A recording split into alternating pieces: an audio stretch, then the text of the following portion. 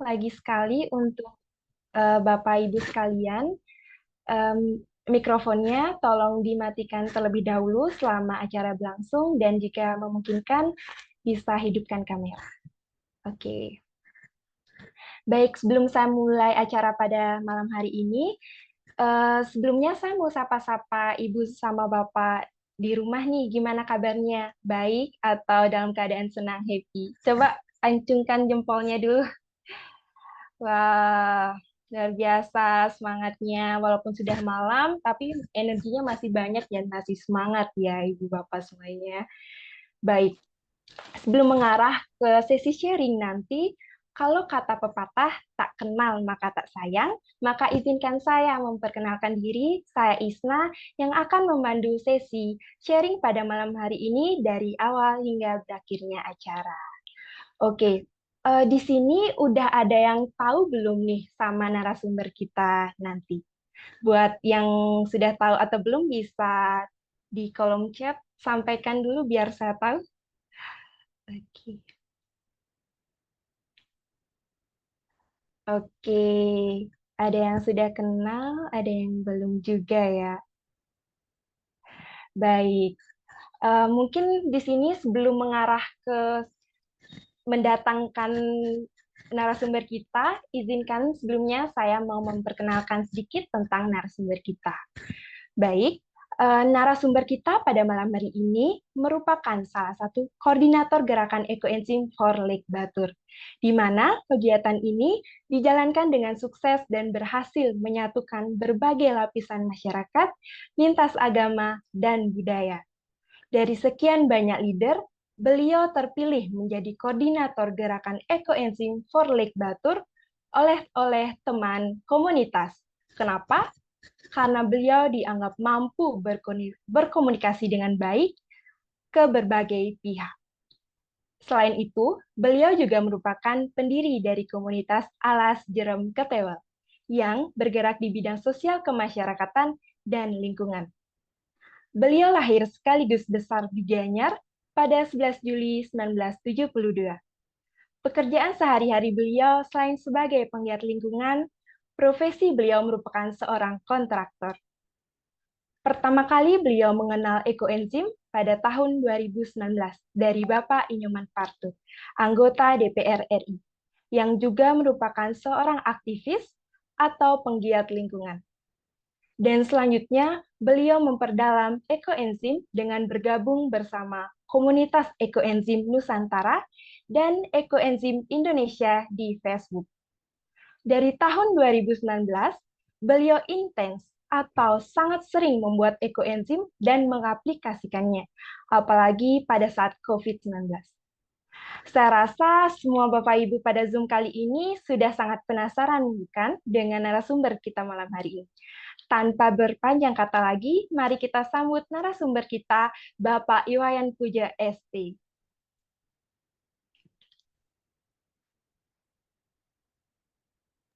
Halo Bapak. Halo, selamat malam semuanya. Selamat Isna, malam Kak Isna, Bapak. terima kasih sudah memandu acara ini dan terima kasih untuk kawan-kawan Bakti Ensim yang semuanya adalah guru-guru saya di sini ini. Bu Yuli, Bu Linda, dan lain lagi. Semuanya adalah guru saya di Ekoenzim. Jadi dalam kesempatan ini mungkin yang saya mau sampaikan adalah pengalaman saya berekoenzim dan kenapa berekoenzim begitu, Kak Isna. Baik Bapak, sepertinya Bapak Ibu pada Zoom kali ini sudah tidak sabar mendengar sharing Bapak. Mungkin untuk waktu saya dipersilahkan Bapak untuk mulai sharingnya. Oke, kita mulai aja sharing session ini. Saya akan sampaikan bagaimana sampai di ekoenzim kita ya. Mohon tunggu sebentar. Ya,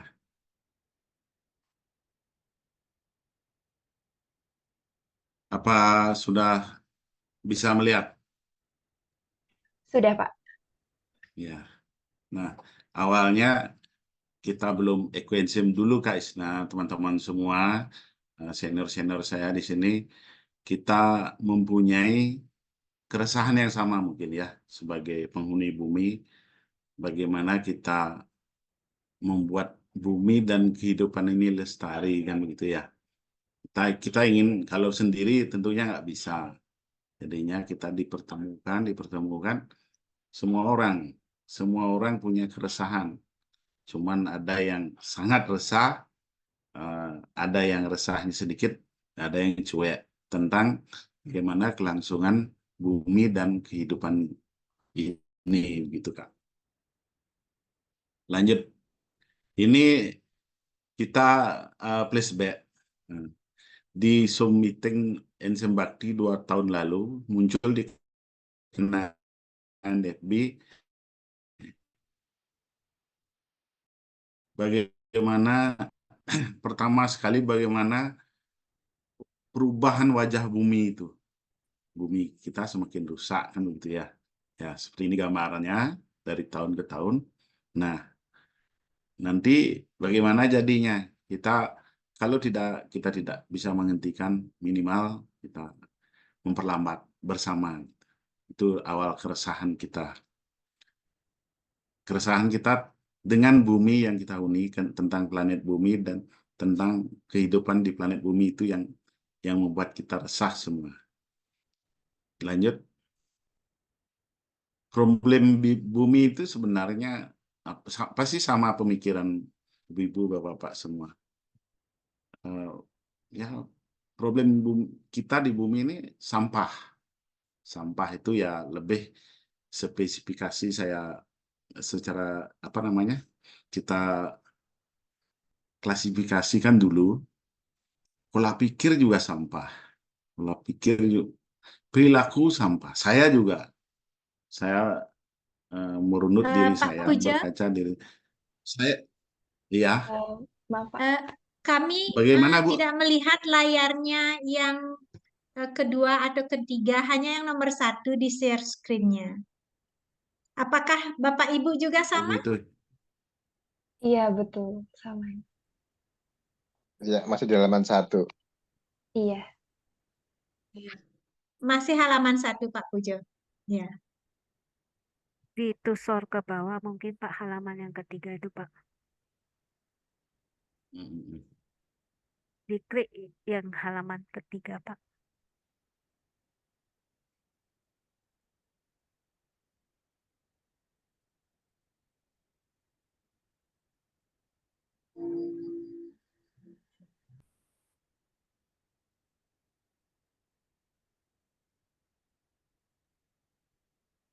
Mungkin enable editingnya itu diklik dulu, lalu baru close-nya ke nomor 3 gitu loh Pak. Iya, iya.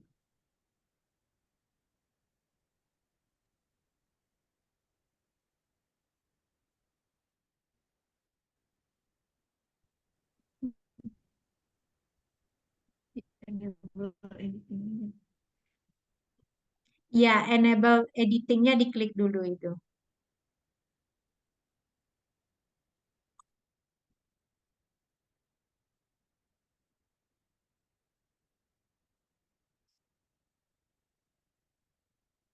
Bisa? Bisa Bu? Bisa? Sudah, Pak. Sudah? Sudah. Sudah. Halaman ketiga Pak. Ya, Ini ya, udah benar. Udah benar. sampah ya? Ya, oke Pak. Bisa? Sudah, Pak. Sudah. Ya. Iya. Ya. Silakan ya. Ini yang tadi kita bilang sampah itu apa? Kita rumuskan. Ya, anggap sama kita semua, saya juga. Sampah itu pola pikir, perilaku yang lama-lama jadi budaya. Nah, ya ujungnya sampah fisik kan, yang kita sebut sampah, padahal itu sisa gitu. Oke, kita di titik sampah. Semua orang ya, mungkin semua orang punya keresahan tentang ini. Next deh. Bisa berpindah? Bisa, Pak. Bisa? Ya, Bisa. sudah. Ya, ini Jadinya saya dari dulu sekali sebelum kita kenal ekoenzim sudah memikirkan bagaimana kita memanage sampah, kita mengelola sampah kita. Karena memang sampah yang seperti saya bilang tadi adalah tentang pola pikir, tentang perilaku, tentang budaya, yang ujungnya adalah fisik sampah itu sendiri. Nah, bagaimana cara mengelola sampah itu menjadi tantangan kita semua dari dulu dengan masih dalam lingkup kecil, lingkup yang paling intens sih yang saya ajak berdiskusi urusan ini Bapak Nyoman Parto sebelum jadi DPR RI, beliau adalah DPR provinsi. Dia sudah intens sekali dan sering kita diskusi urusan bagaimana mengatasi sampah, dan kita punya keyakinan bahwa kita semua pasti akan bertemu dan pasti kita akan sepakat bahwa kita harus mengelola sampah kita. Nah, ini di awal kita bilang tadi, gerakan-gerakan itu akan menjadi besar kalau kita pakai pola pentahelix gitu ya, membuat mensubjekkan semua unsur berkolaborasi.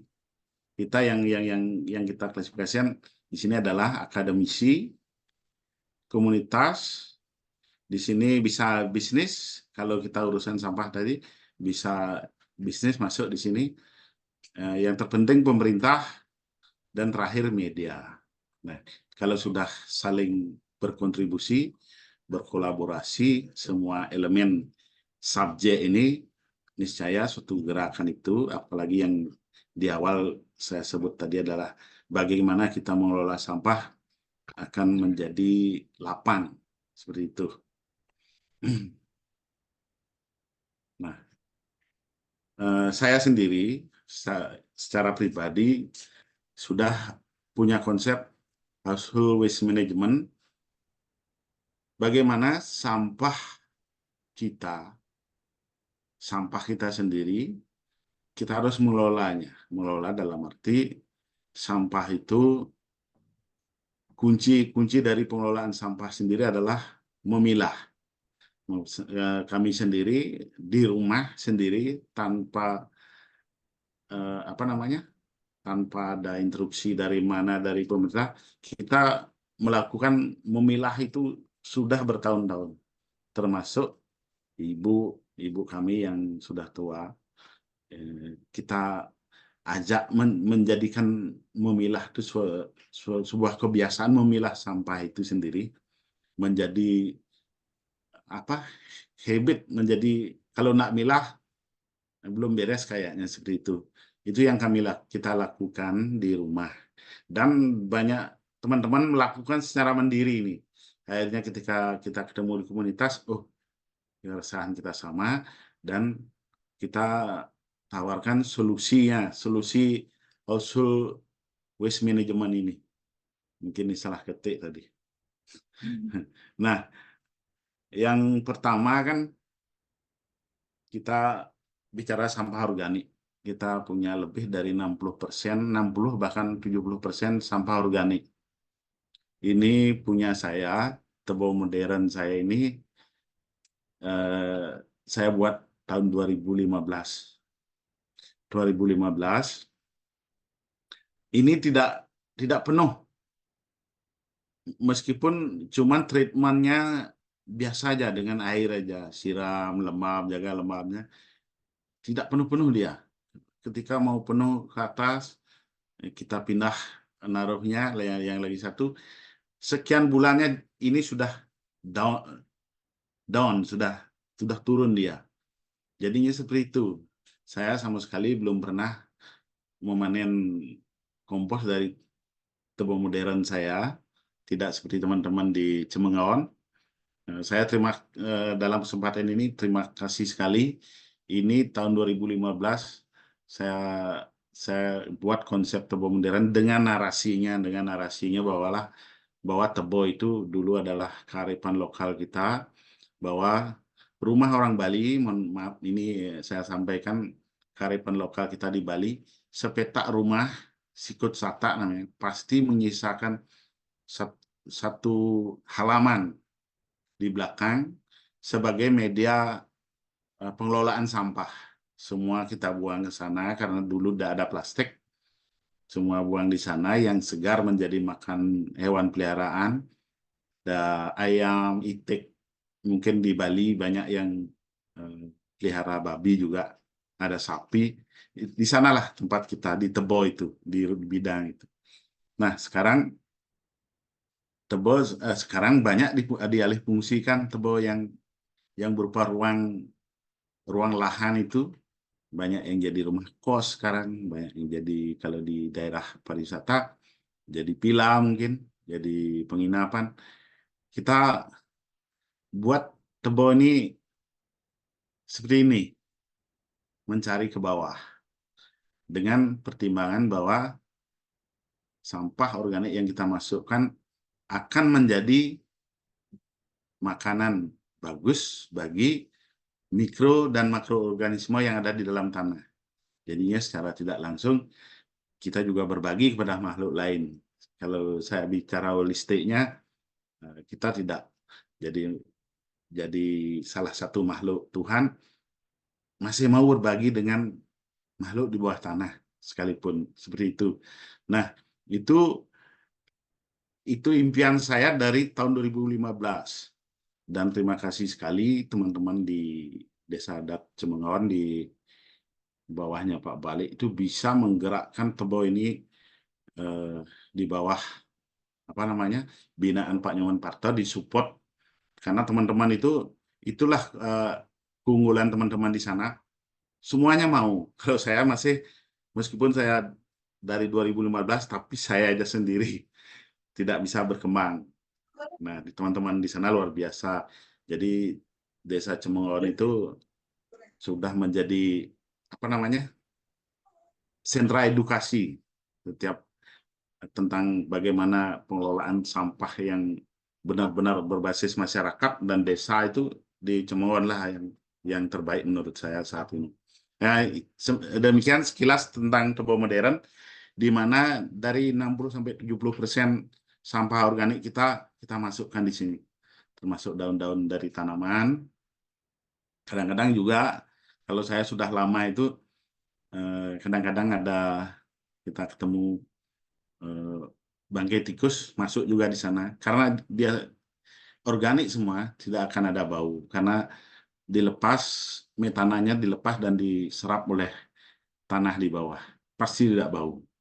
Demikian sekilas tentang Tebo modern yang kita pakai untuk menampung sampah organik kita. Lanjut. Nah, ini ada sebuah teknologi yang ditemukan oleh seorang insinyur IPB ini. Saya lupa nama beliau. Kalau Pak Payanai, teman saya, apa betul, karena di tempat beliau adalah markas biopori bersahaja. Kita juga bergerak di biopori ini, teman-teman. Di samping Tebo modern, sampah organik juga masuk di biopori. Sama seperti tadi, kita masukkan organiknya menjadi makanan mikro dan makroorganisme di bawah, dan sampah itu terus masuk. Kita mendapatkan bonus berupa buku tabungan di bawah. Saya pernah menguji sebuah biopori yang aktif itu, meresapnya air itu sampai di hujan lebat itu setengah jam lebih, bisa kita artikan bagaimana biopori itu bisa kita gunakan sebagai tabungan air, membuat air permukaan kita. Terus yang di tepi pantai juga memperkuat lapisan tanah saya, sehingga intrusi air laut bisa kita cegah dengan kelembaban di bawah. Itu bonus dari biopori, di samping sebagai tempat pembuangan sampah organik, juga sebagai peresapan. Ibu Yuli sudah banyak punya biopori, nggak usah buang sampah kemana-mana sekarang. Tebau juga punya. Oke, lanjut. Nah, ini sampah anorganik kita yang kisaran antara 30% sampai 35% itu, karena kita sudah menerapkan budaya memilah, jadinya seperti ini. Ini teman-teman ada yang tahu, sering ke rumah saya, seperti inilah kita mengelola sampah kita.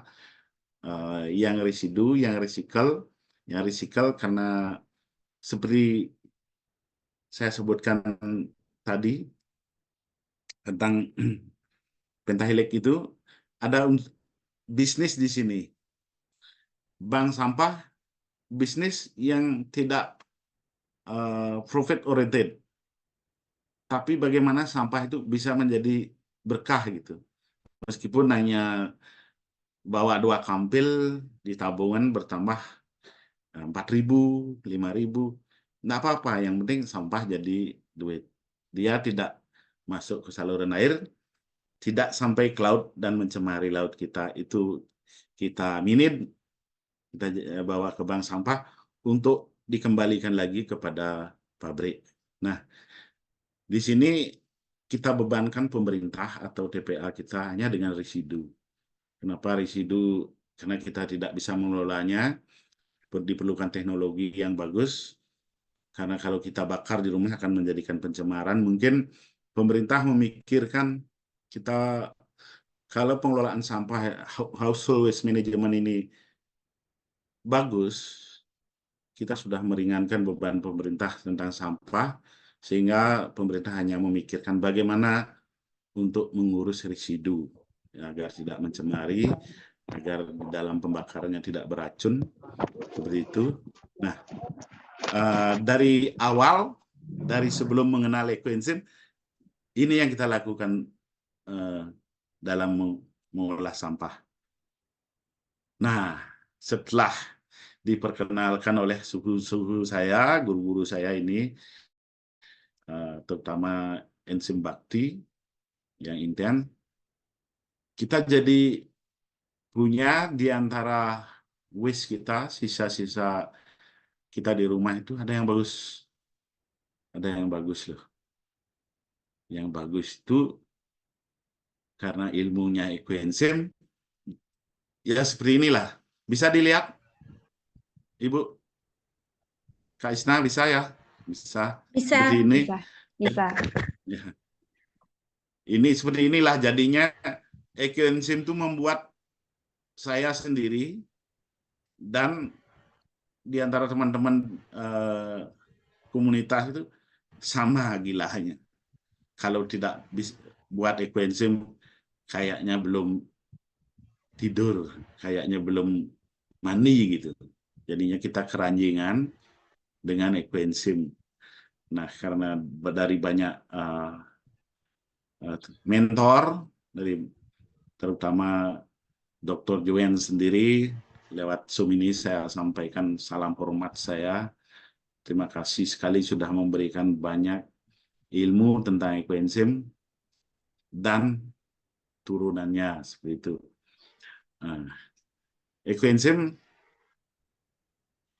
karena ekoenzim ini, kenapa sampai nanti ke gerakan ekoenzim for Lake Batur? Karena ekoenzim ini kita buat banyak, terus berhari-hari, berminggu, bulan, tahun, banyak sekali jadinya punya ekoenzim. Sedangkan untuk membuat 1 galon air pelihara cuma perlu setetes ekoenzim. Nah, sisanya kita kemanain? Kita sudah berbagi. Pernah juga di Bali kami mengalami kasus wabah PMK pada sapi, di mana sapi itu kayak sariawan dan mulutnya berbuih. Dinas peternakan kalau menyemprotkan dengan disinfektan takutnya sapi akan keracunan. Akhirnya solusinya ekoenzim. Kita support banyak peternak waktu itu.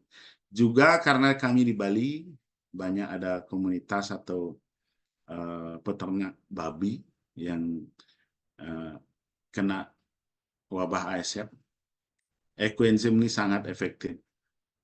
Dan lagi-lagi dalam aplikasinya kita cuma butuh sedikit. Nah, jadinya kita sama teman-teman, termasuk mentor saya, Bu Yuli, kita menjadi diskusi apa tidak mungkin kita gunakan ekoenzim untuk merawat sumber dari mata air kita. Kalau saya di Bali punya danau Batur, danau terbesar, dan secara alami, secara bisa dibuktikan dengan keilmuan bahwa elastisitas danau Batur atau remasan danau Batur itu menjadi mata air besar. Seperti misalnya kami punya taman di Tampak Siring, itu luar biasa airnya. Itu adalah elastisitas atau remasan air danau Batur yang sudah terfiltrasi oleh lapisan bebatuan dalam bumi sehingga airnya segar di sana. Bagaimana, apakah bisa kita menggunakan ekoenzim yang kita punya banyak ini untuk merawat danau Batur? Karena kenapa? Danau Batur tidak perlu saya tutupi, memang itu adalah hasil penelitian sebelum kita melakukan gerakan. Tingkat cemarannya sampai di level 4. Itu skala pengukuran yang dilakukan oleh BWS, Balai Wilayah Sungai, P3E juga. Seperti itu keadaan Danau Batur. Nah, itulah timbul keinginan kita untuk melakukan perawatan terhadap air Danau Batur dengan ekoenzim.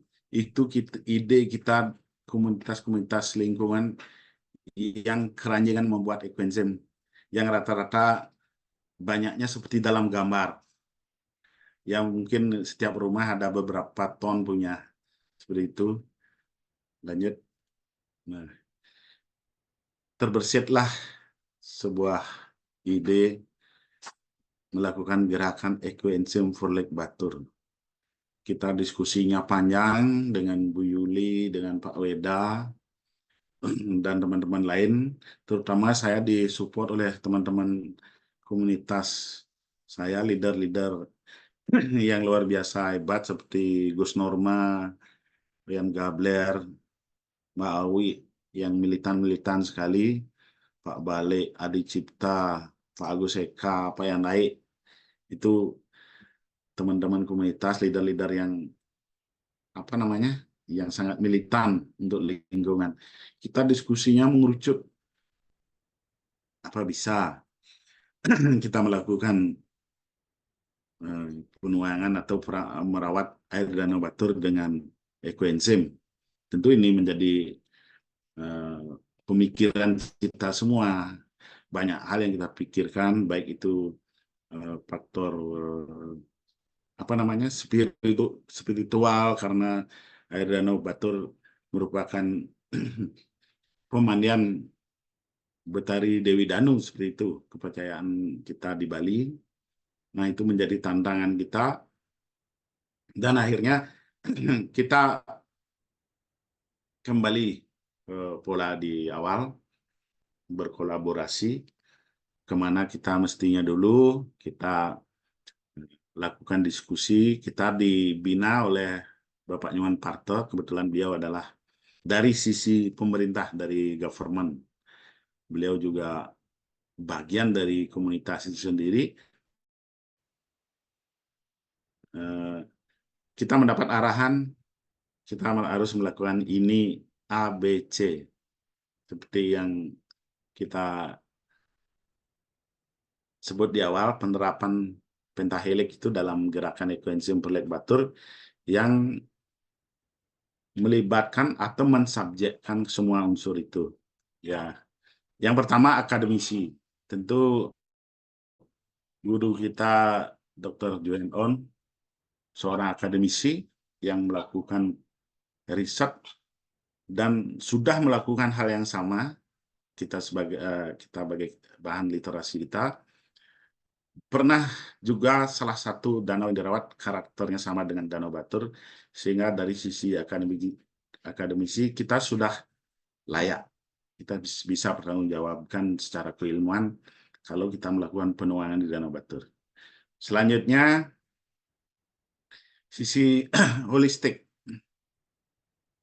Kita punya beliau Danai Jero Gede Batur Luran, tokoh adat yang sangat disegani di Batur. Ini kita harus kulunun. Kita datang sana dulu bersama teman-teman komunitas, sama Bu Yuli juga. Kita menyampaikan ide ini dengan kerendahan hati. Kita mau ngayah, kita mau berbakti kepada danau, dan luar biasanya beliau sangat mensupport dari sisi holistik, dari sisi spiritual. Kita harus merawat, nyambung sekali jadinya. Kita berarti dua dari unsur subjek itu sudah kita dapatkan. Pertama akademisinya, kedua dari sisi holistiknya. Oke, lanjut. Kita komunitas. Kalau kembali komunitas kita godok. Di komunitas kita godok di bawah arahan Pak Nyoman Partel. Bagaimana kita? Apa kita sanggup membuat ekoenzim itu banyak dengan hitung-hitungan kita? Kalau pakai 1/1 jutanya saja kita membutuhkan 830.000 liter ekoenzim. Wah, banyak sekali. Kembali kita dari sisi akademisi, sisi keilmuan, kita diskusi seperti di awal percakapan wawancara Ibu Yuli dengan Dr. Joen. Saya harus punya segini, saya harus punya 830.000 liter ekoenzim baru bisa. Tidak seperti itu. Berapa kita punya? Tuangkan. Alam akan bekerja, ekoenzim akan bekerja, berstimulan dengan kekuatan alam, dengan doa kita, dengan ketulusan kita. Dan kita semakin plong, kita tidak harus membuat 830.000 liter ekoenzim untuk melakukan gerakan ini dan sekalipun, tapi dilakukan terus-menerus.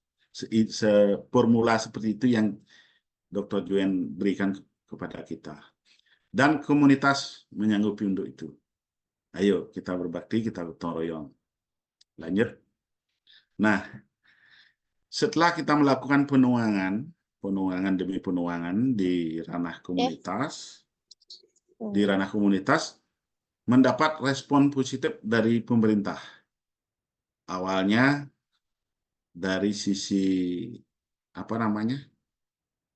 fisiknya, dari penglihatan mata kita ada perubahan terhadap air danau itu sendiri. Awalnya berminyak, awalnya ada bau. Setelah kita melakukan beberapa kali penuangan, secara visual air danau jadi bagus. Ada masukan dari masyarakat, bagaimana ikan-ikan keramat itu semakin bagus. Dan itu hal positif. Mungkin ini bukan hebatnya kita komunitas, kata Dr. Joen. Ini hebatnya ekoenzim dan alam semesta. Nah, seperti itu. Setelah pemerintah kita dekati dengan argumen, dengan data, kita juga melakukan pengujian terhadap bagaimana efektivitas penuangan ekoenzim terhadap air danau. Kita melakukan, dibantu oleh Pino, kita melakukan pengambilan sampel dan melakukan uji lab sebelum dan sesudah penuangan. Apa yang terjadi? Dan hasilnya luar biasa. Itu ada sertifikatnya, nanti di akhir saya sampaikan sertifikat analisisnya. Itu ada pengurangan tingkat polutan baik secara COD dan BOD. Secara kita juga dibantu oleh Prof. Budi dari UNUD untuk membaca hasil analisis itu, dan itu bagus sekali penuangan aja seperti itu. Bagaimana kalau kita lakukan terus-menerus? Nah, karena semua unsur subjek yang kita ajak, yang kita rancang itu sudah oke. Komunitas, baik itu komunitas usaha, komunitas seni, komunitas budaya, kita bahu-membahu. Semesti seniman misalnya, seniman penyanyi Bali, ada Gus Teja, ada Joni Agung, ada Bagus Wirata, yang mereka adalah public figure atau influencer. Mereka bilang ke saya, beli, kalau bahasa Balinya, beli, saya enggak bisa coincide, tapi saya bisa nyanyi, saya nyumbang lagu, ayo kita ramaikan di acara itu, kita bergembira. Nah, inilah penuangan pertama kita lakukan tanggal 23 Desember tahun 2022, sebanyak 3.083 liter. Itu yang pertama. Dan selanjutnya dari komunitas sampai 7 kali kita melakukan penuangan. Yang akhirnya, nah ini datanya, kita melakukan di komunitas, kita melakukan sampai 7 kali penuangan. Nah, di penuangan keempat, penuangan keempat ya, kira-kira bulan Februari, di pemerintah Kabupaten Bangli lewat Pak Bupati Sanyoman Sedanarto, lewat surat surat instruksi Gertak Ekoenzim Bangli Bisa. Tentunya beliau membuat surat instruksi itu tidak main-main, karena pertaruhan citra Bangli, citra pariwisata baik itu di Danau Batur dan juga citra pariwisata Bali. Tentu dasarnya semua yang kita lakukan dan hasil yang kita dapatkan itu dasar beliau, sehingga berani membuat surat instruksi Gertak Ekoenzim Bangli Bisa. Semua elemen pemerintahan di Bangli, sampai dinas-dinas OPD, organisasi perangkat daerah, dan turunannya membuat ekoenzim, sehingga di Gertak Ekoenzim Bangli Bisa yang pertama itu sampai menghasilkan 200.000 liter ekoenzim. Itu yang selanjutnya di penuangan ke-8 itu sudah mandiri, sudah Bangli melakukan. Mungkin kita dari komunitas mendampingi sebagai relawan. Seperti itu runtut atau bagaimana proses gerakan ekoenzim Forlek Batur itu, yang sekarang sudah dilakukan oleh pemerintah Kabupaten Bangli.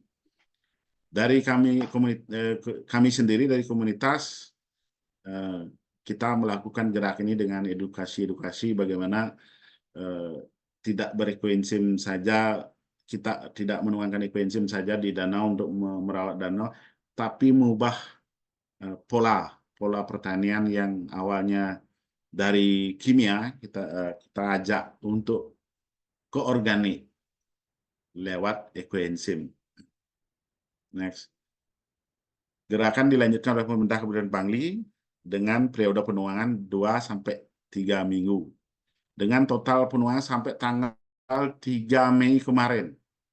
Itu terakhir dari pemerintah sendiri, dari pemerintah Bangli sendiri, 277.000 liter. Ditambah kita yang tadi 20.000 liter, berarti 297, hampir 300.000 liter sudah dituangkan ekoenzim di Danau Batur. Nah, ini kita coba secara visual ya. Mungkin ini seperti ini sebelum penuangan, seperti ini ya. Kebanyakan seperti ini ya. Nah, setelah penuangan jadinya Nah, ini ruangan di sebelah modal puro ini. Yang awalnya seperti di ini, kita setiap jadwal penuaan kita treatment di sini. Nah, seperti itu perubahannya. Oke. Nah, ini sertifikat analisis dari satu periode penuangan ini. Yang kita bisa pertanggungjawabkan secara klinis bahwa bukan hanya visual aja, perubahan air danau itu sendiri sudah kita buktikan secara uji lab. Seperti itu. Oke, terima kasih kawan-kawan, bapak, ibu-ibu, senior-senior saya. Demikian sharing saya sebagai koordinator gerakan ekoenzim Purlek Batur. Semoga bisa memberikan sedikit gambaran bagaimana kita melakukan gerakan. Dan mungkin di setiap daerah akan berbeda-beda masalahnya. Nanti kalau sering-sering kita melakukan sharing, pasti akan bisa. Kalau kita bersatu, kita yakin bukan kitanya yang hebat, tapi ekoenzimnya dan alam itu sendiri. Pasti kita akan menuju kebaikan, dan apa yang ada di intuisi, di angan kita kembali ke alam yang dulu, itu sesuatu yang bukan tidak mungkin. Kita akan mungkin kembali ke suasana alam yang dulu. Karena kita menularkan dari satu orang, dari gerakan kecil membesar seperti itu. Mohon maaf bila ada banyak salah kata, saya akhiri untuk sharing saya. Terima kasih, saya kembalikan ke Kak Isna. Baik, luar biasa sekali sharing dari Pak Puja. Terima kasih Bapak. Mohon izin untuk Bapak Ibu semuanya berikan applause dulu pada Bapak Puja. Bisa menggunakan stiker. Oke. Terima kasih Bapak. Ini baik. Untuk selanjutnya, saya akan membuka sesi tanya jawab. Untuk Bapak Ibu, pada Zoom meeting ini sepertinya sudah tidak sabar ya, soalnya di kolom chat sudah ada yang mau bertanya. Dan untuk yang mau bertanya langsung bisa raise hand, atau mau di kolom, yang tidak memungkinkan bisa di kolom chat. Ada yang mau raise hand dulu? Oke. Oke, baik. Saya langsung pertanyaan pertama ya, Pak. Oh, Isna, itu ada Ya? Ibu Astri yang bertanya. Oke, Ibu Astri, silakan bisa dihidupkan mikrofonnya dulu.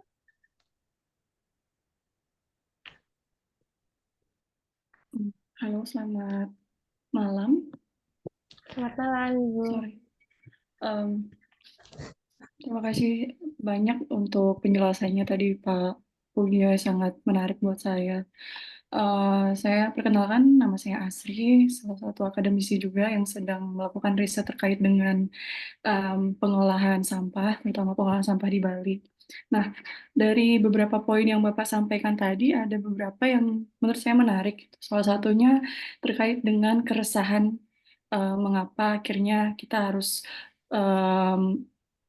benar-benar peduli terkait dengan pengolahan sampah di Bali. Salah satu keresahan yang Bapak sampaikan terkait dengan pola pikir, Pak. Nah, riset saya ini mengkaji terkait dengan ekoenzim, tapi lebih ke arah filosofi seperti itu. Jadi, menurut pandangan Bapak sendiri, pola pikir yang seperti apa yang akhirnya menjadi sebuah keresahan terkait dengan pengolahan sampah di Bali? Beberapa kajian dan riset yang saya baca, sampah-sampah yang menyebabkan, menyebabkan polemik di Bali itu karena adanya, bukan di Bali ya, beberapa riset atau kajian itu terkait dengan sampah itu karena adanya pemerataan dari sarana sampah itu sendiri, ada juga sampah kiriman yang datang ke sungai atau ke laut, jadi menyebabkan limbah atau sampah ini tidak beraturan penanganannya. Nah, terkait dengan poin tadi, sejauh mana pola pikir menjadi sebuah hal yang apa ya, bisa dibilang hal yang memberatkan gitu terkait dengan pengolahan sampah. Mungkin itu saja dari saya. Terima kasih. Baik, untuk waktu Bisa dipersilahkan Bapak. bisa saya tanggapi Kak Isna? Bisa sekali Pak, bisa langsung. Oke, Mbak Asri, selamat malam. Kalau tadi kita bilang pola pikir, tentunya gini, kita itu dulu kita menyuruh orang menaruh buang sampah pada tempatnya susah. Saat budaya membuang sampah pada tempatnya itu sudah tetap aja sampah itu jadi masalah. Makanya yang benar itu adalah sudah benar ada Pergub 47 tahun 2018 atau 19 ya, tentang pengelolaan sampah berbasis sumber gitu ya. Kadang-kadang interpretasi kita tentang sumber itu sendiri yang gini, sumbernya di mana? Kalau di desa ya di desa yang menyelesaikan sampahnya. Kalau sumbernya di Banjar, ya di lingkungan. Betul. Tapi kalau saya sendiri, secara berkaitan dengan pola pikir dan attitude, sumber sampah itu sendiri, sesuai Pergub 47 itu, adalah kita. Kita yang memproduksi sampah, ya harus kita yang menyelesaikan. Nah, bisa enggak kita membuat pola ini sehingga kita tidak berpikir lagi tentang sampah kiriman dari hulu ke hilir. Kenapa kami di sungai di muara tertimpa sampah? Oh, kita menyalahkan yang di hulu ngirim, yang di tengah-tengah juga numpang gitu. Bagaimana kalau kita punya pola pikir bahwa sampah itu adalah bagian dari kita. Sampah itu bagian dari diri kita. Sehingga menjadi sampah itu tidak sesuatu yang harus kita buang. Buanglah sampah. Mungkin kita harus berpikir lagi, jangan buanglah sampah gitu. Itu sampah bagian dari kita, kelolalah sampah kita. Mungkin skala untuk sumbernya, paling sumber adalah individu sendiri, tapi komunitas terkecil kita adalah rumah tangga. Sehingga saya punya konsep household waste management itu yang seperti yang pemaparan kita di awal, kayaknya kalau bisa kita implementasikan, kita akan terbebas dari urusan sampah.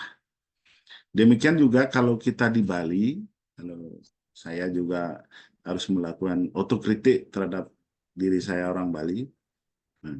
Bagaimana ritual itu tidak tidak berbanding terbalik dengan perilaku kita terhadap alam. Semakin besar upacaranya, semakin besar sampah yang kita hasilkan. Bagaimana kalau linear, semakin besar upacaranya, semakin besar cinta kita kepada alam. Pemikiran saya sendiri, mudah-mudahan, mohon maaf jika keliru, seperti itulah pandangan saya tentang pola pikir. Terima kasih, Mbak Asri. Terima Baik, kasih. sangat luar biasa sekali jawabannya. Gimana untuk Kak Astri, apakah sudah pas? Ya, menurut saya Atau sudah ada pas. pertanyaan lain lagi? Menurut saya sudah pas dan sudah sangat banyak dapat insight dari Pak Pujo juga terkait pola pikir. Yang memang dari kitanya juga memang harus start untuk bergerak terkait dengan sampah. Terima kasih Pak Pujo untuk jawabannya. Sama-sama. Oke, baik Kak. Ada yang mau lagi bertanya, bisa raise hand lagi teman-teman semuanya.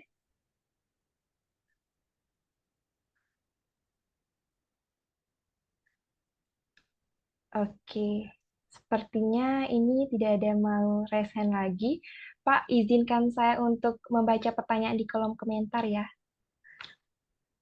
Oke. Untuk pertanyaan pertama, selamat malam Pak Wayan Puja, ini dari Kak Alfian Salim. Silakan. Izin bertanya, bagaimana membersihkan air sungai dari pencemaran dengan ekoenzim? Bagaimana caranya?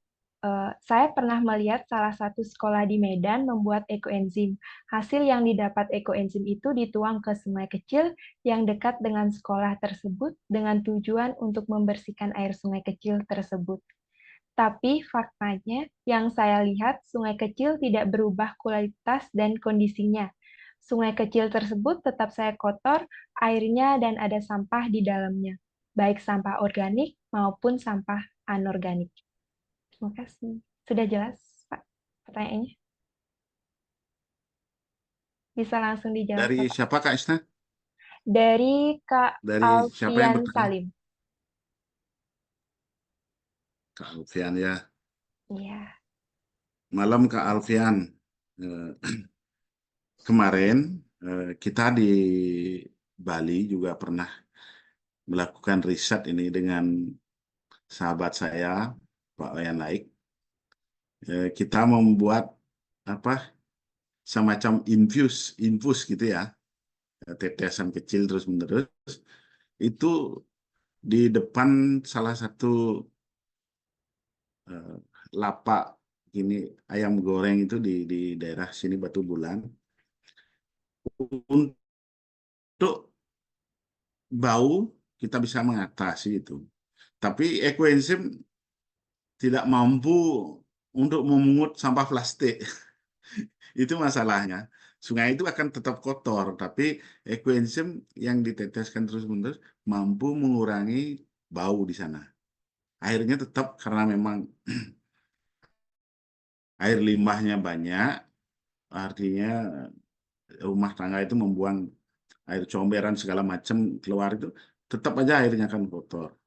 Tapi seberapa besar efek ekoenzim itu, ya yang kita lakukan dengan tetesan itu mampu mengurangi aromanya saja.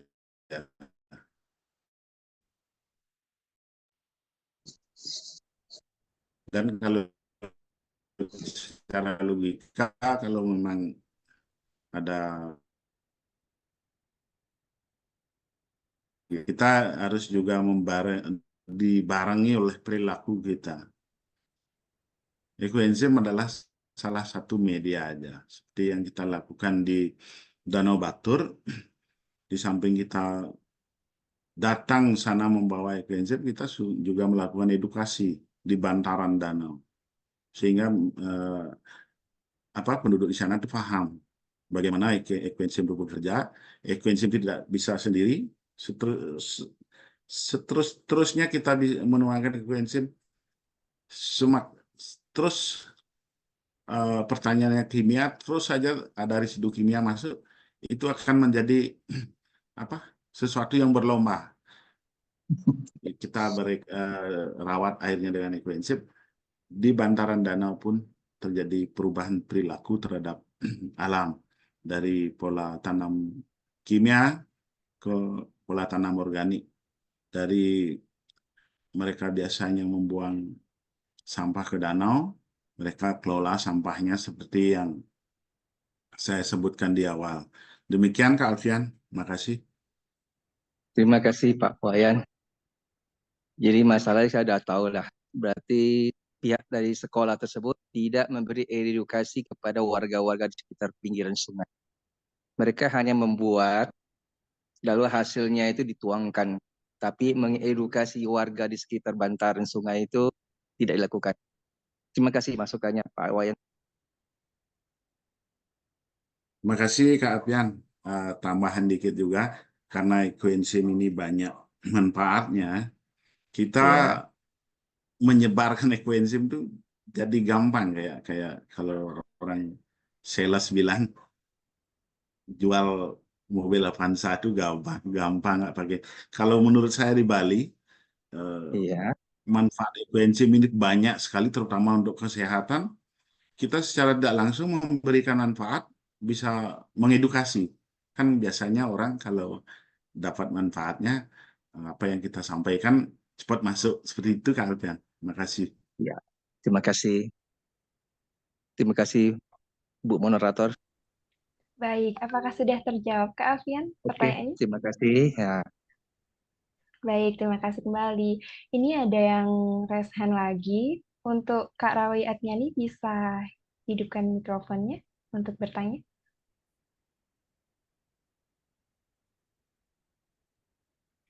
Baik, terima kasih. Selamat malam. Selamat malam Bapak Uje sebagai narasumber dan juga semua. Perkenalkan, Tiang Rawi Atnyani dari Ekoenzim Nusantara, Bali. Kami sangat mengapresiasi Bapak, kegiatan Bapak, yang mana ini sejalan juga dengan kegiatan kami di Ekoenzim Nusantara, yang mana sering sekali mendapat undangan-undangan untuk memberikan sosialisasi.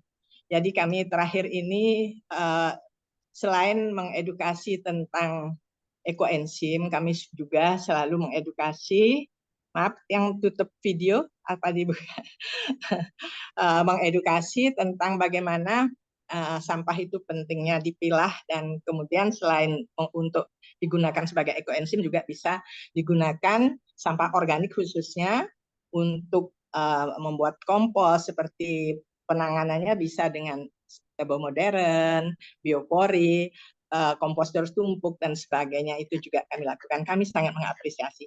Nah, ini judul daripada Zoom kali ini adalah ekoenzim Forlik Batur. Dan ini sangat menarik. Tadi Bapak mengatakan bahwa hasil daripada itu sangat bagus.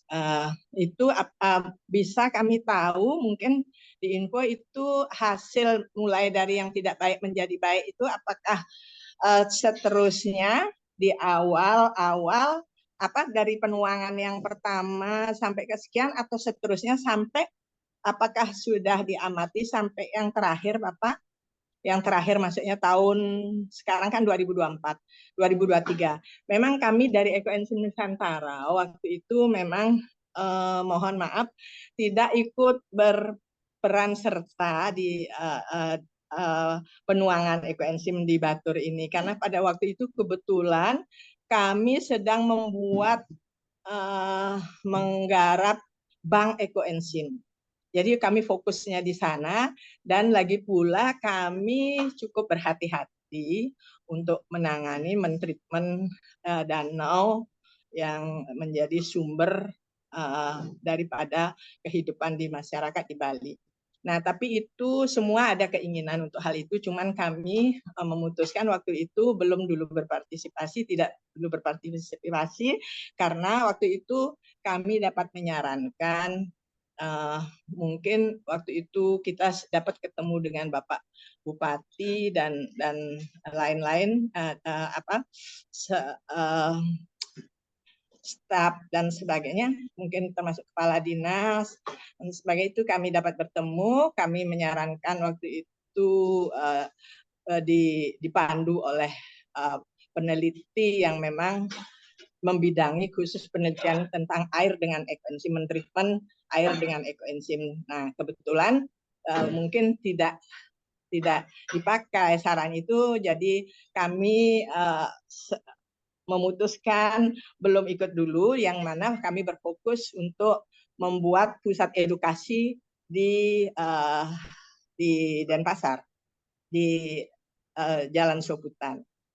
Nah, itu yang kami tanya, apakah itu sudah sampai terpantau seterusnya hasilnya itu, dan kemudian yang pertanyaan saya yang lain, apakah Bapak dan tim sudah mengetahui apakah itu danau itu memiliki outlet apa tidak?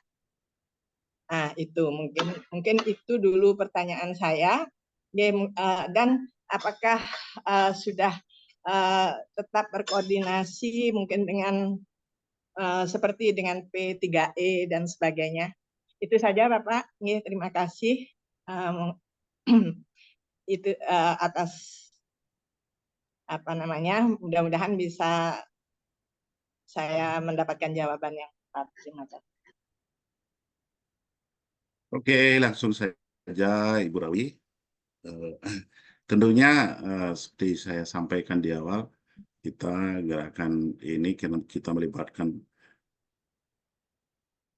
di awal kita diberikan informasi bahwa Danau Batur itu ada di bawah naungan 17 kementerian dan lembaga. Jadinya tidak ujug-ujug kita melakukan penuangan seperti tadi di awal, kita pakai pola pentahelik, bagaimana semua pihak itu sudah menyepakati untuk kita melakukan treatment itu, karena dari kasus beda-beda, danau itu berbeda kasusnya, sehingga sampai meminta P3E untuk melakukan uji lab, bahwa di awal hasilnya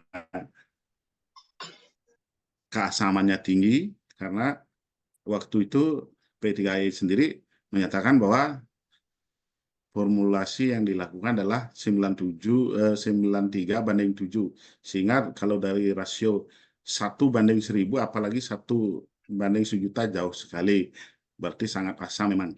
Nah, setelah itu, sebelum kita melakukan penuangan gerakan ekoenzim Forlik Batur ini, kita juga melakukan audiensi di P3E di Renon. Kita didampingi oleh Kepala Dinas Lingkungan Hidup Kabupaten Bangli atas petunjuk Pak Bupati, sehingga kita mempunyai diberi referensi, diberikan batas penuangan tidak lebih dari 20.000 liter per penuangan. Dan gerakan ini tidak kami lagi sebagai koordinator yang menjadi stakeholder, tapi gerakan ini sudah menjadi miliknya Kabupaten Bangli lewat Dinas Lingkungan Hidup sebagai leading sektornya, sampai terakhir 3 Mei. Pak Puja, suaranya menghilang. Masih bisa didengar? Menghilang? Di saya masih. Koneksi saya? Kak Isna? Di saya masih. Kedengaran. Masih ya? Iya. Bu Rawi, masih? Ada, ya, dengar Pak, dengar. Oke. Ya, seperti itu. Oke, sudah. Dan terakhir yang kami hasil pengujian itu tentu juga atas petunjuk dari P3E, kita dibuat rentang 5 hari sebelum penuangan dan 5 hari setelah penuangan. Itu menjadi model reguler. 1 kali penuangan dengan jumlah sekian, itu menjadi model reguler. Nah, yang saya sampaikan tadi itu salah satu dari 5 hari sebelum penuangan dan 5 hari setelah penuangan. Bagaimana penurunan polutan terhadap COD dan BOD badan air danau. Nah, setelah penuangan ke-8, leading sektor ini sudah menjadi haknya pemerintah Kabupaten Bangli lewat Dinas Lingkungan Hidup. Kita dari komunitas, dari saya sendiri sebagai koordinator, hanya mengkoordinir. Pemerintah Bangli melakukan penuangan, saya dikoordinasikan bahwa pihak pemerintah membutuhkan relawan, saya menggerakkan relawan. Kalaupun ada yang berkeinginan support, saya sampaikan. Karena yang direkomendasikan oleh P3E adalah 20.000 liter per sekali penuangan, sehingga seandainya di dalam satu penuangan yang dibuat oleh pemerintah Kabupaten Bangli, saya lebih awal, Pak Kades dari komunitas ada sekitar 400 liter, berarti beliau mengurangi pemerintah Kabupaten mengurangi sejumlah 400 liter agar tidak melebihi dari yang direkomendasikan oleh P3E. Seperti itu perjalanan kami, Bu Rawi. Terima kasih. Dan terima kasih. Untuk berarti P3E menyarankan untuk menuangkan 27.000 itu ya, liter itu ya. Bukan 27.000 liter. Bukan 2000. setiap penuangan Setiap tidak penuangan melebihi tidak 20.000 liter. 20.000 Itu liter. rekomendasi Rekomendasi P3E. dari P3E. Oh, Ya, gitu. itu. Seperti itu. Tapi hasilnya sampai terakhir sampai tahun ini hasilnya tetap bagus ya untuk Yang air terakhir, saya danaunya. dari Kabid, dari salah satu kepala bidang air di DLH Bangli menyampaikan, saya minta datanya, biar saya bisa minta tolong Prof. Budi, Guru Besar Air UNUD, untuk membaca analisis. Beliau akan menyampaikan bahwa tingkat cemaran yang dulunya pernah di level 4, sekarang menurut Pak Kabid itu sudah di 2 di tengah gitu. Dari 4 ke 2 gitu. Level dia bilang, tidak, saya minta Tahun data spesifik. 2023 ya, 2024 hasil terakhir. 2020, ya 2024 awal.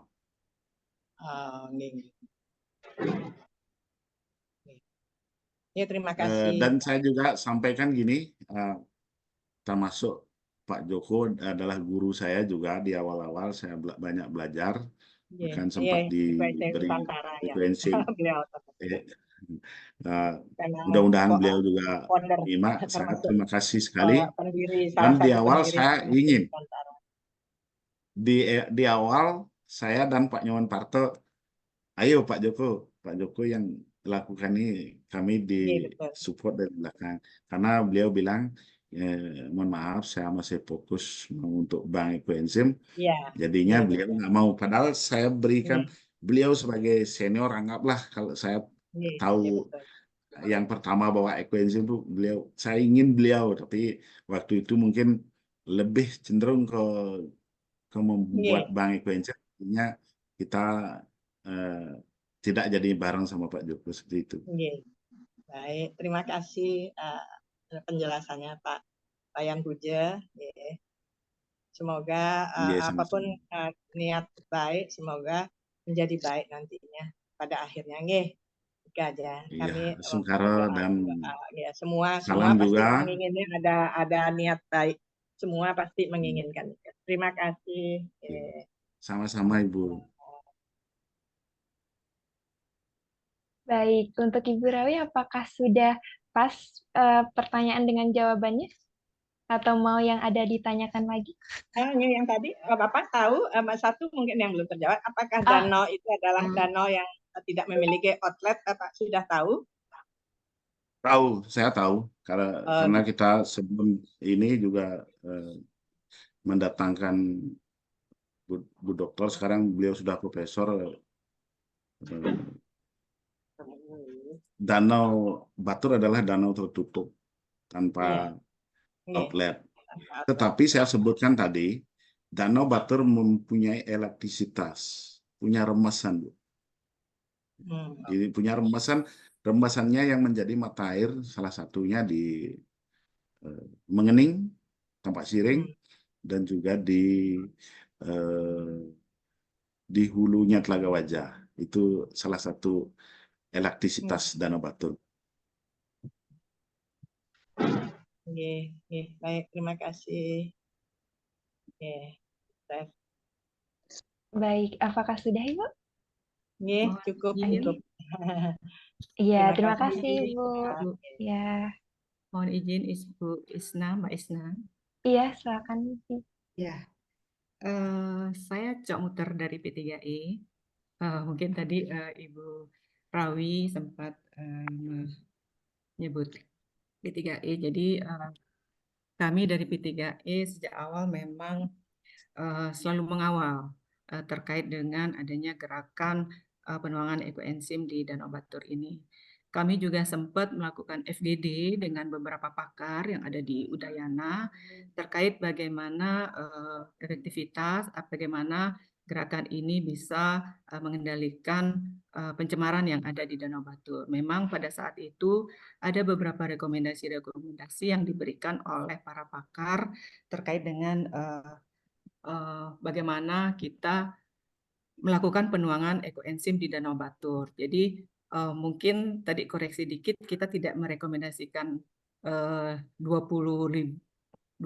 liter sekali penuangan, tetapi bagaimana teknik penuangan yang kita lakukan, seperti tidak dilakukan pada satu titik atau tidak berkumpul dan dilakukan dengan semprot atau spray, kemudian dilakukan pada suhu yang tinggi atau di waktu yang siang hari. Mungkin itu waktu FGD kita lakukan, ada beberapa rekomendasi yang disampaikan oleh Prof. Budi, karena memang berdasarkan hasil rekomendasi dari pakar-pakar, perlu kehati-hatian dalam melakukan penuangan ekoenzim ini.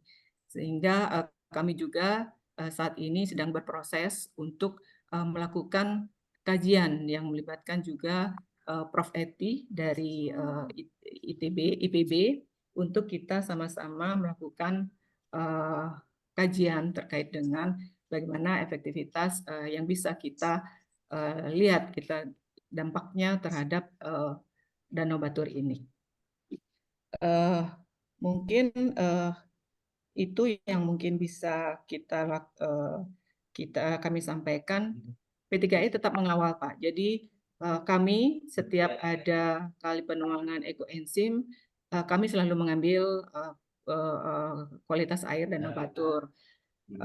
Memang untuk hasil uji itu berfluktuasi. Sebelum penuangan pun hasilnya berfluktuasi antara BOD yang sering melampaui baku mutu, BOD COD yang sering melampaui baku mutu, dan memang ketika penuangan ekoenzim ada penurunan kualitas kadar pencemar, BOD COD turun, tetapi ada beberapa memang parameter yang meningkat, dan ini fluktuasi, tidak selalu meningkat, tidak selalu memburuk kualitas air setelah penuangan ekoenzim. Nah, ini yang mungkin kita tetap kawal, kita tetap support gerakan-gerakan yang memang dilakukan oleh pemerintah Kabupaten Bangli. Mungkin itu saja yang bisa kami sampaikan. Terima kasih. Ibu dari P3E tadi ya? Saya juga hadir di FGD. Salah satu rekomendasi, jangan melebihi 20.000 itu dalam periode penuangan juga masuk, Bu. Di samping cara spray di suhu yang tertentu kan, dan sebarannya merata di permukaan danau. Ada di rekomendasi itu jangan melebihi 20.000 liter, itu ada salah satu termasuk.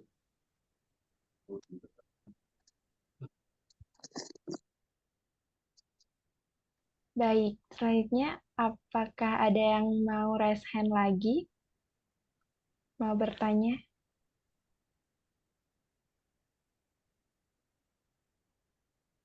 Oke, iya deh. Pak, boleh nggak saya ngajuin satu pertanyaan? Silakan, Kak Ina. Oke, saya ingin bertanya nih Pak, tentang suka duka Bapak menjadi koordinator gerakan ekoenzim for Lake Batur ini. Setiap kegiatan pasti kan ada suka dukanya. Nggak mungkin selalu ada sukanya kan Pak? Ya. Saya mau nanya, bagaimana Bapak mengkoordinator banyaknya komunitas tersebut, terus apa suka duka Bapak, hingga gerakan penuangan ekoenzim tersebut dapat berjalan dengan baik sampai sekarang. Dan juga yang pastinya berhadapan dengan pemerintah tidak semudah yang kita bayangkan kan Pak. Terus bagaimana cara Bapak untuk meyakinkan pemerintah dan warga sekitar bahwa kegiatan ini akan berdampak baik terhadap lingkungan, terkhusus danau yang ada di Batur. Terima kasih, Pak. Kalau untuk suka dukanya apa ya? Dukanya nggak ada sih, suka aja terus. Gitu. Yang jelas kalau kita bicara gini ya, mungkin banyak teman-teman dari Bali nggak asing kang kikir, teman-teman di Indonesia, di Nusantara mungkin itu kerjaannya yang tidak mahal. Secara pribadi ya, kita sudah punya penghidupan, mungkin apa yang dicari kan suka aja, biar kita nyari suka. Nanti kalau kita kerja keras, uangnya banyak, juga buat happy-happy kan. Kan gitu. Jadi lebih baik, saya prinsipnya tidak ada, menurut saya tidak ada dukanya. Senang aja terus. Apalagi yang membuat semangat, ini gerakannya tidak kecil gitu loh. Ini untuk gerakan non-profit ini tidak kecil bagi saya. Kalau kita sampai menghasilkan ribuan ekoenzim sampai ada di tepi Danau Batur, kalau kita bicara masalah anggaran, kalau kita ngomongin birokrasi, berapa sewa mobil, berapa hariannya tenaga itu akan besar sekali. Tapi kalau niat kita bicara, saya ingin bicara holistik dikit, bicara spiritual, niat kita. Tentu niat yang tidak ujug-ujug kan, dengan penalaran juga, penalaran keilmuan sosial, politik, semuanya kita pakai. Dan saya punya keyakinan bahwa alam itu menggerakkan setiap orang, bukan seperti Dr. Julian bilang, bukan saya atau teman-teman itu yang hebat, ekoenzim itu yang hebat, yang luar biasa sama alam gitu. Itu yang membuat teman-teman, terutama senior-senior saya di sini hebat sekali. Teman-teman komunitas saya itu, saya sih karena saya aja dicatat sebagai koordinator. Apa sih saya yang hebat itu ekoenzim dan teman-teman saya yang militan itu. Militan sekali mereka. Memang latar belakangnya kita bicara bukan bicara apa ya, teman-teman di komunitas itu latar belakangnya preman ada, apa aja ada. Tapi kita disatukan oleh ekoenzim. Dan alhamdulillah gerakan ini kita positif aja. Saya kadang-kadang kalau saya sambil curhat dikit ya, Kak Isna ya.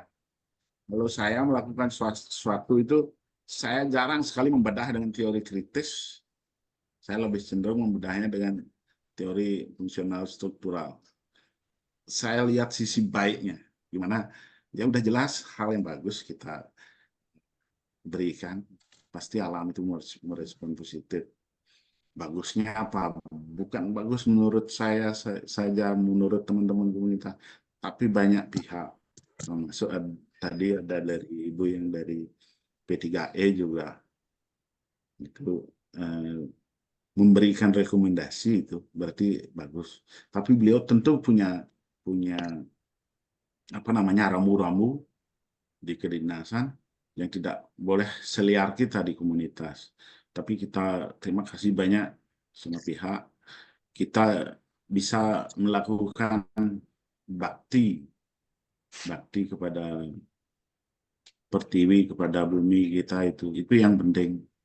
Dan teman-teman saya di komunitas yang sudah saya anggap saudara itu berterima kasih sekali kepada semua pihak, terutama senior-senior kami di ekoenzim. Tadi dia seperti yang saya bilang di awal, konsep household waste management saya menjadi lengkap karena ekoenzim. Karena dari 60-70% sampah organik saya itu menjadi suatu formula yang multifungsi. Kompos di dalam tebal modern itu dengan adanya ekoenzim lebih cepat terurainya.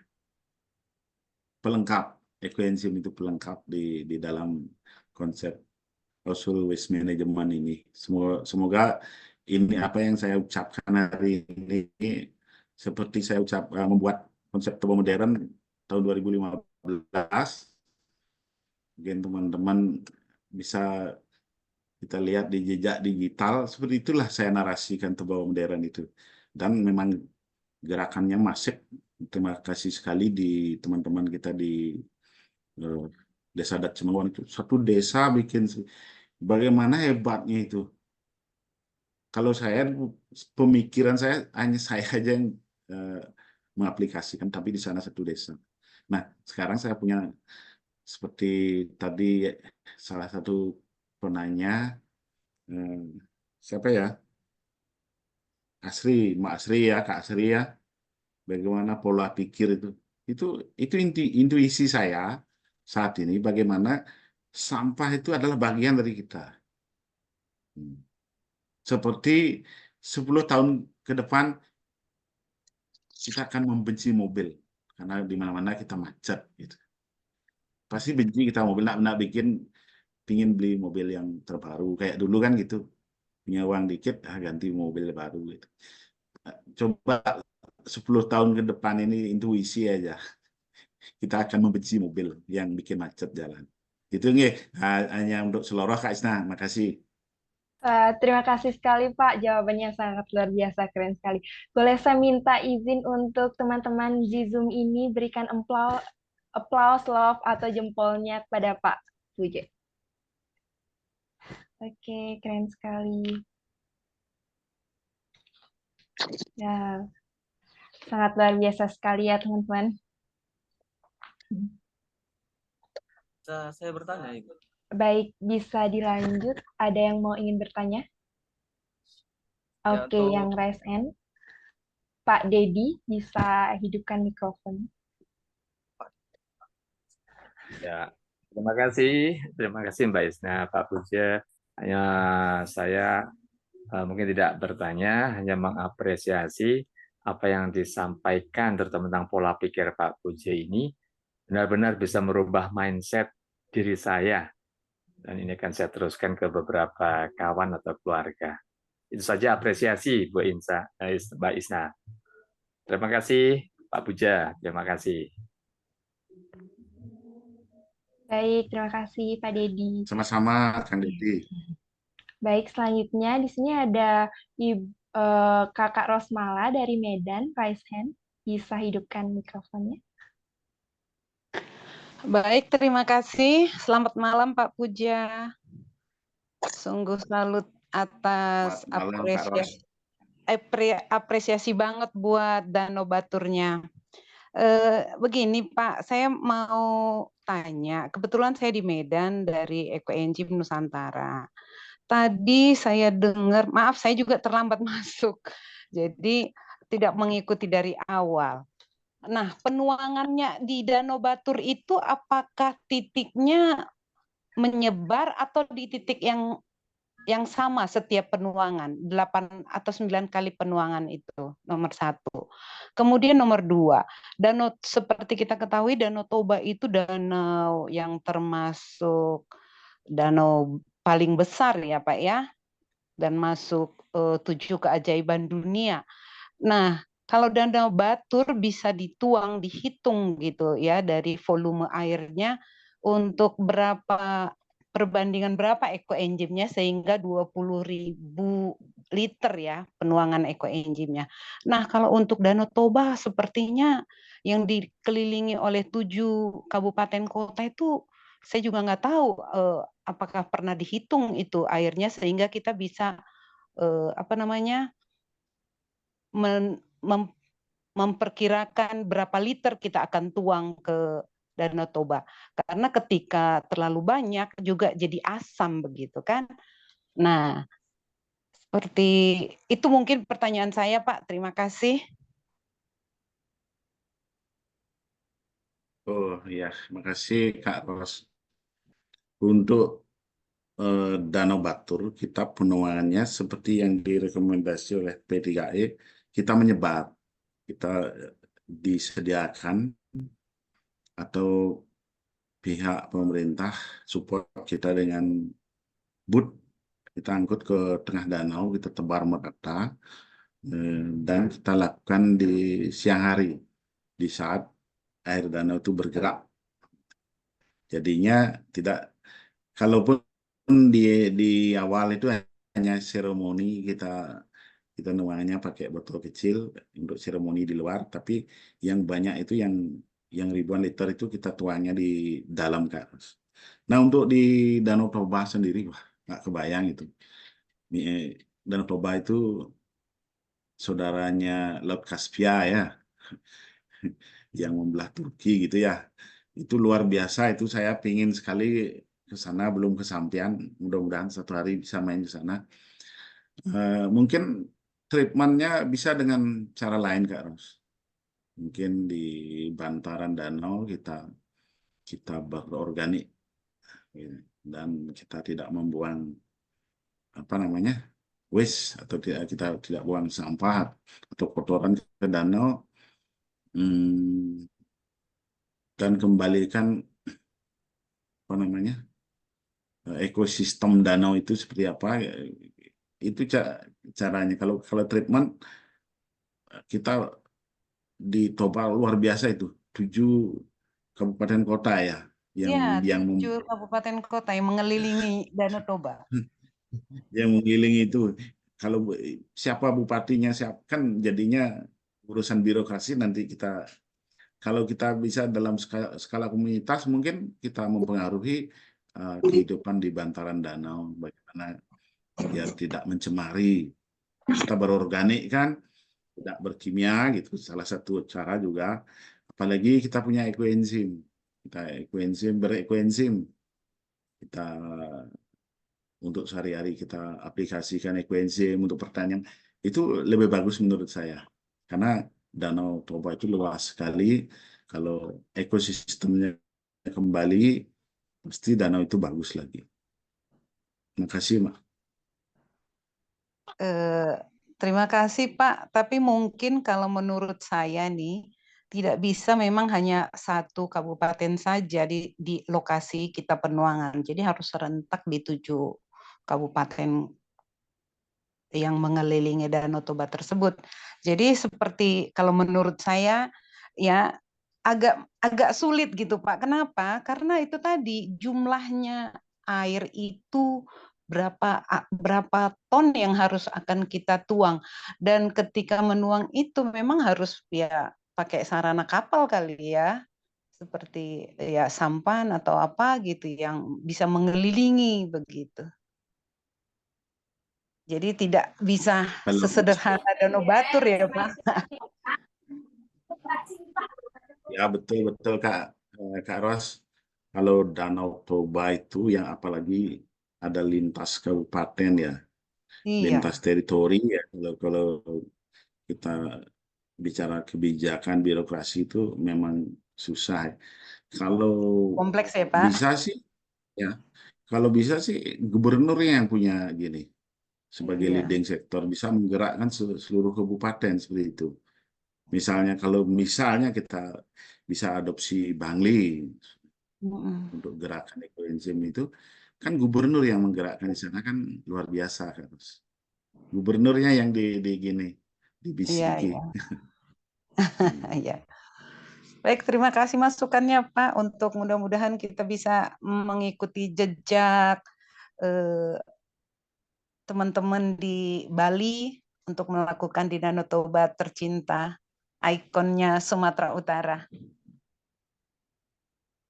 Ya, terima kasih sama-sama, Kak Ros. Baik. Ada yang mau ditanyakan lagi, Ibu Rosmala, atau sudah pas? Terima kasih. Oke, baik. Lanjut untuk yang kedua ada dari Kak Muhammad Ramadan. Bisa hidupkan mikrofonnya?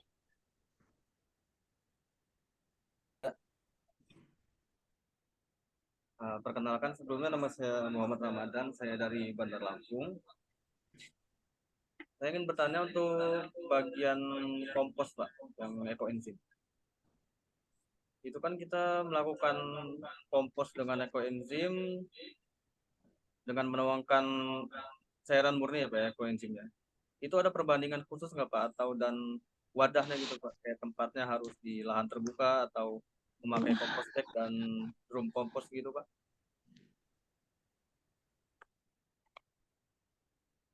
Bisa saya tanggapi, Pak Ramdan?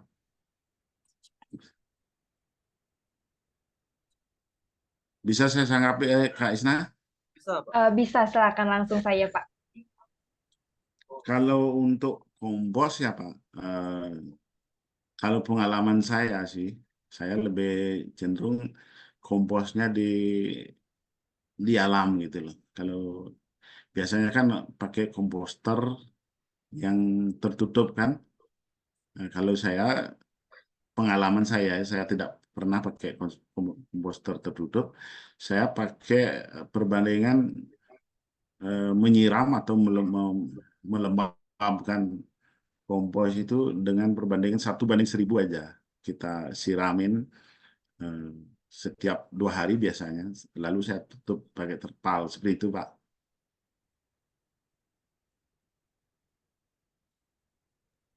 Untuk Kak Muhammad Ramadan, apakah sudah jelas? Sudah jelas nih Bu, bisa saya ajukan satu pertanyaan lagi? Iya, boleh silakan. Nah, yang dituangkan di ekoenzim pada Danau Batur ini kan tempatnya tertutup ya Pak ya. Dan untuk kalau ke aliran sungai itu bagaimana Pak dia? Apakah setelah penuangan itu akan berdampak pada sungai yang seterusnya, pada alirannya maksudnya? Atau dia seperti tidak ada efek itu Pak untuk air terusannya? Itu saja Mbak. Kalau menurut hemat saya ya, secara teknis, karena sungai itu adalah mengalir, kalau kita di penggiat ekoenzim, dimanapun kita menuangkan ekoenzim, atau ujung-ujungnya nanti juga ke laut, akan menyuburkan plankton kita di laut. Tapi menurut hemat saya sih, kita belum pernah coba, Pak Ramadan, untuk di Bali. Kemarin saya hanya coba di sebuah selokan kecil dengan sistem tetes seperti infus itu mampu mengurangi polusi bau aja. Kalau airnya memang airnya limbah rumah tangga yang mengalir itu tetap dia kotor, seperti yang saya sampaikan di awal, kita bisa mengurangi polusi bau aja, tidak baunya berkurang. Nah, kalau misalnya untuk treatment sungai, saya lebih cenderung dengan sistem tetes itu. Kalau kita misalnya punya bak di hulu, kita teteskan aja dengan dengan keran kecil, kita isi bak itu secara berkala sehingga enzim itu akan mengalir dari hulu ke hilir. Jadi bisa mentreatment sepanjang aliran sungai seperti itu. Tentunya kita juga melihat bagaimana debit air itu, seberapa besar yang harus kita teteskan ke aliran sungai itu.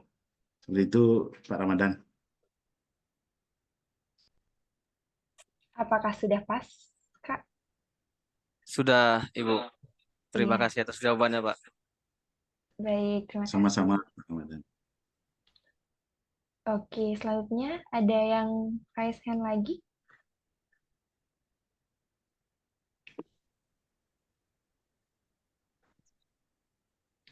Selamat malam. Halo? Oh, itu saja. Selamat malam. Iya, selamat malam. Pak, Maaf, Kak, agak sedikit menggema dan tidak kedengaran.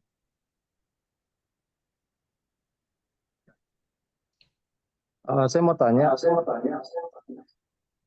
ke kegunaan ekoenzim untuk sistem STP, Pak. Dalam sistem sirkulasi sewage treatment plant, apakah ada yang pernah menggunakan? Halo? Ya, halo, dengan Pak siapa ya? Oh iya. Pak Revi Horizon Mohon maaf dari sebelumnya Lampung. dengan Pak Revi ini, Pak. Iya, Pak Revi. Malam, Pak Revi. Kalau untuk Dari Lampung, STP ya, kalau untuk STP, jujur aja saya sendiri belum pernah mengaplikasikan, Pak. Karena di Kabupaten Gianyar tempat saya tinggal memang tidak pakai sistem STP untuk drainasenya. Karena kalau di Denpasar, di ibu kotanya Bali, pakai sistem STP. Belum pernah kita kolaborasi atau apa dengan pihak pemerintah di Denpasar untuk treatment STP, Pak. Mohon maaf sekali. Oke, baik, Pak. Terima kasih, Pak. Baik, untuk Pak Revi ada yang mau ditanyakan lagi? Atau sudah Itu pas? aja sih. Terima kasih. Oke, terima kasih. Izin Ibu Isna, Mbak Isna. Iya, Ya, silakan Ibu. ya mungkin tadi saya kelewat mungkin ya, tapi kami sudah mengirimkan beberapa rekomendasi yang hasil FGD kita. Ada beberapa rekomendasi, saya sudah kirim di chat ya. Jadi mungkin itu bisa menjadi guideline atau panduan teman-teman ketika melakukan penuangan ekoenzim. Itu saja mungkin, terima kasih. Baik, terima kasih untuk Ibu Co. Untuk yang lain, apakah ada yang mau bertanya? Bisa raise hand lagi.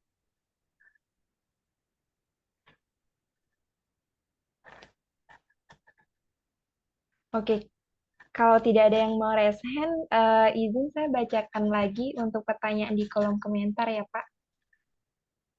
Oke. Untuk pertanyaan pertama, berapa izin bertanya dari Kak Sudarnoto dari Sumsel, Sulawesi Selatan, Sumatera Selatan ya. Izin bertanya, berapa luasan area danau yang diberi ekoenzim dan dibagi berapa titik penuangan? Dan ekoenzim yang dituangkan ke danau, apakah diencerkan dahulu dengan air atau langsung ekoenzim murni? Terima kasih. Ini dari komunitas ekoenzim Palembang, Pak. Bisa langsung. Oke, terima kasih. Langsung saya tanggapi. Kita tidak akan memberikan ini sebagai suatu rujukan karena ada yang lebih berwenang. Tapi seperti yang kita lakukan atas rekomendasi P3E, kita penyebaran ekoenzim kita lakukan merata di permukaan danau. Kita pakai acuan volume air danau. Kalau di Batur kan kurang lebih 830 sekian juta kubik gitu ya. Itu kalau sepersejutanya masih 830.000 liter. Itu kalau kita masih jauh dari sepersejutanya. Karena idealnya kan mungkin 1/1 miliar gitu.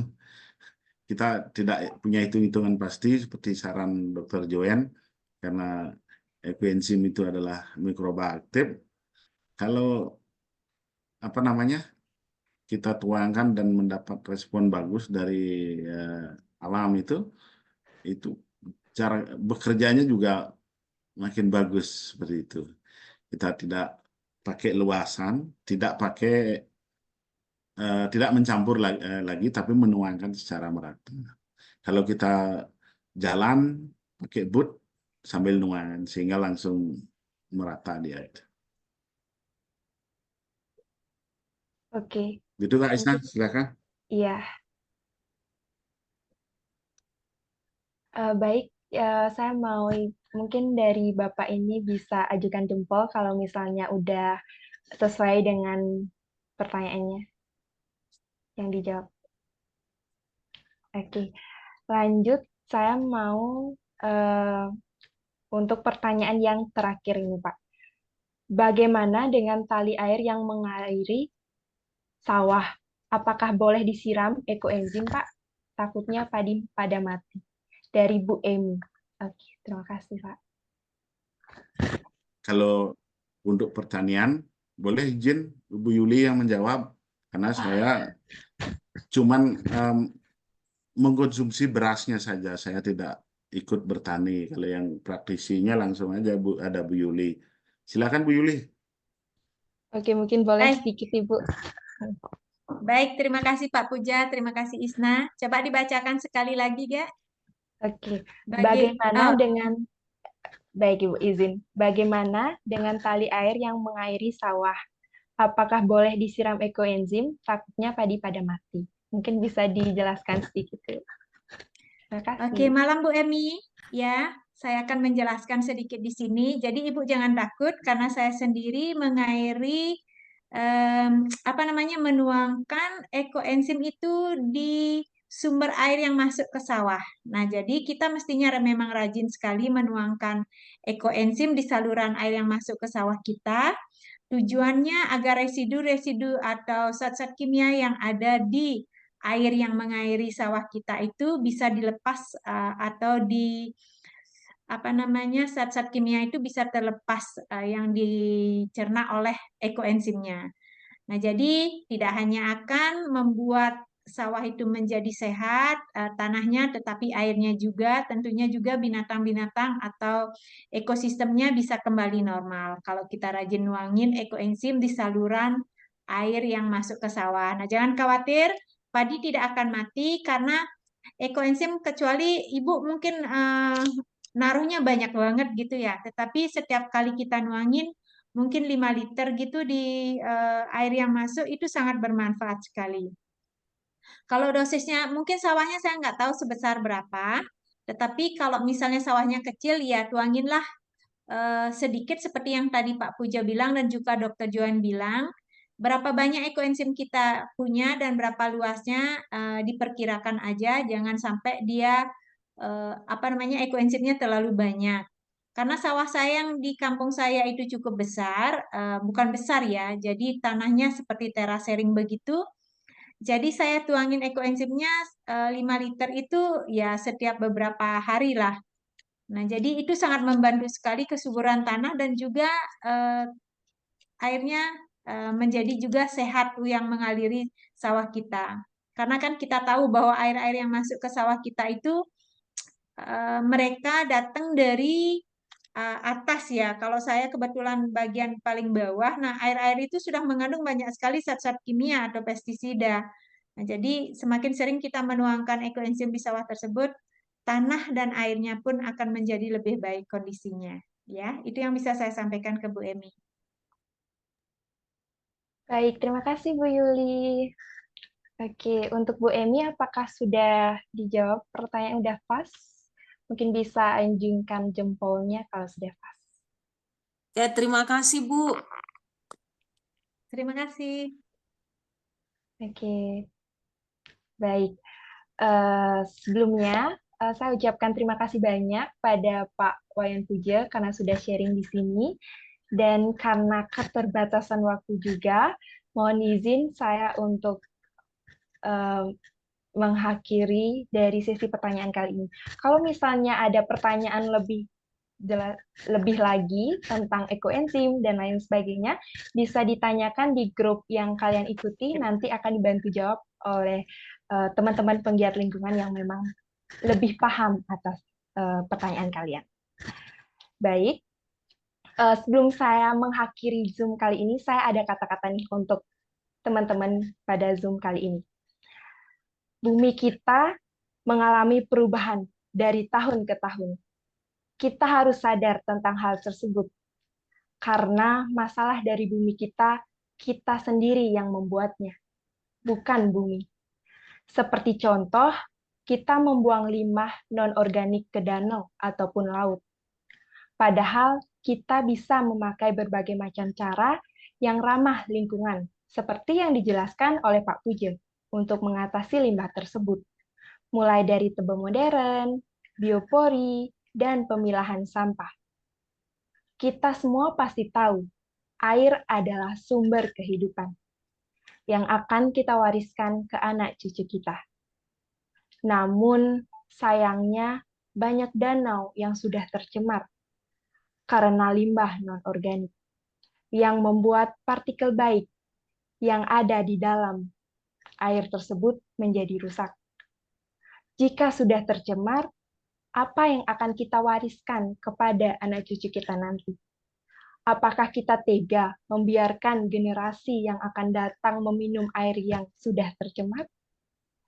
Maka dari itu, kami mengajak para teman-teman pada Zoom kali ini untuk bersama-sama menjaga dan merawat sumber mata air kita, mulai dari sekarang sebelum tercemar lebih luas. Karena kalau sendiri, pasti tidak akan bisa. Kita membutuhkan gotong royong. Baik, sebelum saya mengakhiri sesi Zoom meeting ini, saya mau sekali lagi applause untuk Pak Wayan Puja, narasumber kita pada malam hari ini. Bisa love-nya, jempol, tepuk tangannya, teman-teman semuanya. Baik. Saya ucapkan terima kasih kepada Bapak Buja yang sudah mau berbagi ilmunya dan sharing pada malam hari ini. Dan semoga dari sharing Bapak ini bisa bermanfaat untuk daerah-daerah lainnya, danau-danau lainnya, khususnya di Indonesia. Dan tidak lupa saya juga mengucapkan terima kasih kepada Bapak Ibu yang sudah hadir pada Zoom kali ini dari awal hingga akhirnya acara yang sudah stay pada malam hari ini.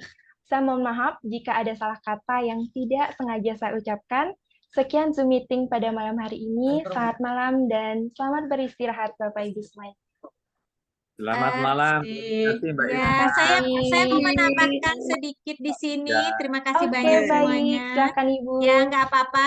Makasih Isna. Ini Pak Puja ada share nomor HP-nya kalau memang ada pertanyaan tentang bagaimana mentreatment air. Nah, jadi bisa silahkan dicatat ya Bapak Ibu ya di 081 239 11 782. Saya ulang sekali lagi 081 239 11 782. Nah, Pak Puja, terima kasih banyak untuk malam ini. Terima kasih juga sudah sharing nomor teleponnya. Silahkan kalau ada pertanyaan bisa lanjut ke beliau ya. Terima kasih Bu Yuli. Terima kasih banyak. Selamat malam. Terima kasih. Selamat malam.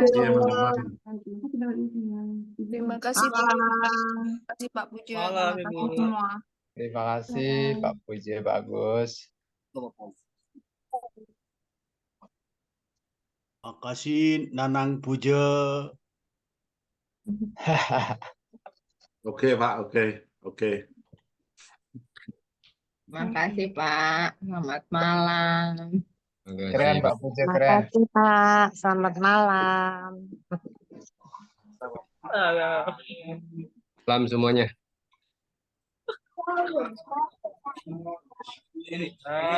Akhirnya, wassalamualaikum warahmatullahi wabarakatuh.